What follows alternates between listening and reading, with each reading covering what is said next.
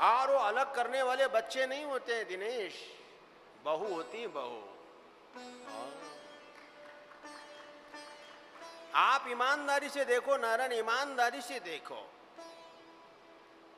माता पिता को अलग करने वाले बच्चा नहीं होता। बच्चा कभी अपने माता पिता को अलग नहीं कर सकता है, वो नहीं कर सकता। नारायण वो भले ही वो डांटे फटकारे झगड़ा करे, लेकिन बच्चा कभी अपने माता पिता को अलग नहीं करता है। लेकिन घर में बहू ऐसा वातावरण बना देती, नारायण तुम्हारी माँ बहुत अच्छी नहीं है, तुम्हारे पिता बहुत अच्छे नहीं है और इनके साथ अपने को नहीं रहना है। नारायण वो ऐसा माहौल बना देती है और वो मजबूर होकर के बच्चा फिर अलग होने की कोशिश करता है। इसलिए घर को विघटित करने वाली, माता पिता को अपने पति से अलग करने वाली और कोई चीज नहीं है, और वो बहू है, बहू। और वो बहू कौन है? किसी की बेटी। आज बहू को बहू के रूप में नहीं, आप बेटी के रूप में देखो तो आपको मालूम पड़ेगा, आपको समस्या का समाधान मालूम पड़ेगा। नारायण आप केवल बहू को मत देखो, आप देखो वो किसी की बेटी है और उस बेटी को उनके माता पिता ने संस्कार कैसे दिए हैं। आप बेटी को संभालो, आप बेटी को बहुत अच्छा बनाओ। नारायण आप उनको संस्कार प्रदान करो, तुम्हारी सास, तुम्हारी ननंद, तुम्हारे ससुर और वो तुम्हारी परंपरा। और कभी भी नारायण उनको सपोर्ट मत करो। अक्सर नारायण अपनी बेटी को बिगाड़ने वाली वो उसकी माँ होती है, ध्यान देना, ये भी थोड़ा सीखने की जरूरत है। मैं जो बोल रहा हूं ना वो सही बोल रहा हूं, गलत नहीं बोल रहा हूं। मेरे पास ऐसे 100 उदाहरण हैं। और ये बेटियां नारायण वो ब्याह करके चली जाती हैं, वो हर चीज वो शेयर करती है अपनी माँ को। वहां जो भी घटना होती है अपनी माँ को शेयर करती रहती है। माँ को ऐसा लगता है कि मेरी बेटी तो बहुत दुखी है, मेरी बेटी तो बहुत दुखी है, वहां पर तो बहुत अशांत है।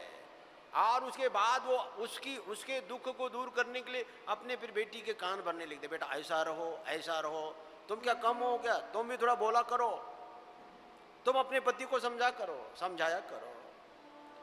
और वो जो माँ है ना वो खलनायक बनकर के अपने बेटी के घर को तबाह कर देती है। आप अपने घर में नारायण अपनी माँ को खलनायक मत बनाओ, अपने घर की समस्या अपने माँ को मत सुनाओ और माँ की कोई भी बात मत सुनो। आप बोल देना, माँ आप चिंता मत करो, मैं जैसे भी है मैं अपने घर को संभाल लूंगी। आप एक बार बोलो अपने माँ को, माँ मैं अपने घर को संभालूंगी, तुम चिंता मत करो। माँ की कभी हिम्मत नहीं होगी आपके कान भरने की, आप बोलो तो। लेकिन नारायण वो समझती कि वो घर मेरा है, मेरे को संभालना है। बेटी का घर वो अपना ही समझती है, इसको ठीक करना है, इसको ठीक करना है, बिगाड़ देती है। आप अपने बेटियों को ऐसा पालो नारायण, वो घर जाके संभाले बहुत अच्छी प्रकार से। ये बहुत बड़े दुख की बात है। आज हजारों परिवार विघटित हो रहे हैं। नारायण हजारों बहुएं अपने सास ससुर को अपने घर से अलग कर देती है, जीना हराम कर देती है।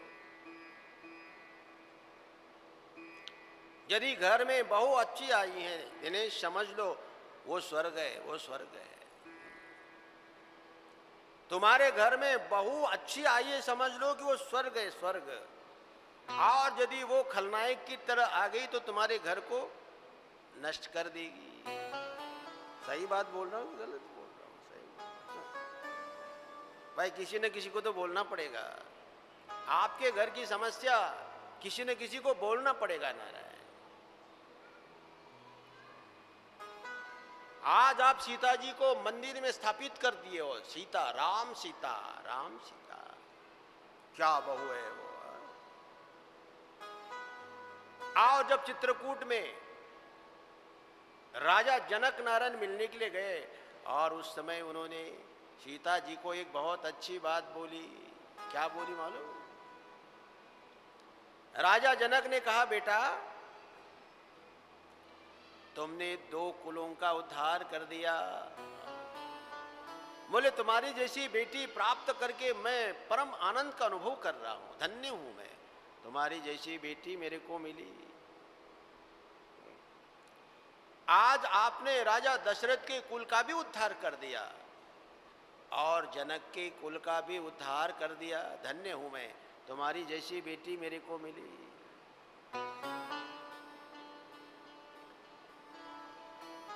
यहां पर ब्रह्मा जी ने कहा, कभी माता पिता से बच्चों को अलग नहीं करना चाहिए, कभी पति पत्नी को अलग नहीं करना चाहिए, 2 मित्रों को कभी अलग नहीं करना चाहिए। और ये अलग करना नारायण उन्होंने कहा बहुत बड़े पाप का कारण बनेगा, पाप का कारण बनेगा। आप नारायण अपने माता पिता से अपने पति को अलग कर रहे हो, लेकिन वो बहुत बड़ा पाप है और वो पाप आपको भोगना पड़ेगा। यहां तो लिखा है कि नारायण वो कई हजारों वर्ष तक उसको नरक भोगना पड़ता है, ऐसा उल्लेख किया है नारायण। बोलिए सच्चिदानंद भगवान की जय। बहुत सुंदर नारायण गृहस्थ आश्रम में रहने लगे और उसके बाद उनको एक संतान हुई। बहुत सुंदर एक बालक ने जन्म लिया और उसका नाम है स्कंद।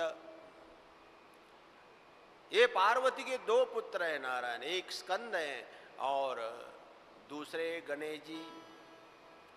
और ये दोनों बड़े अद्भुत हैं। पहले बालक जब स्कंद पैदा हुए, मां पार्वती बहुत प्रसन्न हो गई। षण्मुख, उसका नाम षण्मुख भी, षडानंद, उसके तीनों नाम है ना, षडानंद, षण्मुख, स्कंद। और वो बालक बहुत सुंदर, बड़ा शक्तिशाली बालक है। बहुत प्रसन्न हुए भगवान शिव, सारे देवी देवताओं का आगमन हुआ नारायण, और उन्होंने उनका जात कर्म संस्कार किया।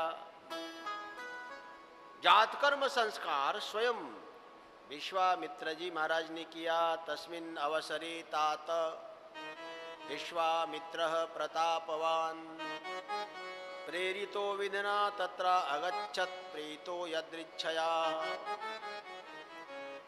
शिवेच्छया महाज्ञानी निकस्मात्त्वमिहागत संस्कारं कुरु मे तात यथावद्वेद सम्मितम। जब विश्वामित्र आए नारायण, विश्वामित्र परम तपस्वी हैं, साधना की चोटी उन्होंने प्राप्त कर दी नारायण। वो क्षत्रिय कुल में पैदा हुए और उन्होंने ब्रह्मत्व को प्राप्त किया, ब्रह्म ऋषि बने हो, है ना। और जब वहां पहुंचे नारायण तो स्वयं भगवान शिव ने उनसे आग्रह किया, बेटा तुम इसका संस्कार करो, इसका संस्कार करो। नारायण उनका पहला संस्कार नामकरण संस्कार उन्होंने उस बच्चे का किया, उनका उपनयन संस्कार भी करा दिया। आप अपने बच्चे का संस्कार नहीं कर पा रहे हो, आजकल अपने बच्चों को संस्कारित नहीं कर पा रहे हो। प्राचीन काल में नारायण अपने बच्चों का 8 वर्ष की उम्र में उपनयन संस्कार हुआ करता था। कितने लोगों को मालूम है उपनयन संस्कार? यहाँ तो 1-2 मैया हैं जिसको मालूम है उपनयन संस्कार क्या होता है। यहाँ पर कितने पुरुष लोग हैं जिसको मालूम है उपनयन संस्कार क्या होता है? दिनेश, उपनयन संस्कार क्या होता है? नहीं मालूम। प्राचीन काल में नारायण हमारे समाज के सभी लोग 8 वर्ष की उम्र में बच्चे का उपनयन संस्कार कराते थे और वो 5 वर्ष में नहीं, 8 वर्ष में नहीं करा पाए नारायण, तो आप 5 वर्ष में नहीं करा पाए तो 8 वर्ष में, 8 वर्ष में नहीं करा पाए तो 12 वर्ष में, 12 वर्ष में नहीं करा पाए तो 16 वर्ष में, लेकिन हर बच्चे का उपनयन संस्कार हुआ करता था।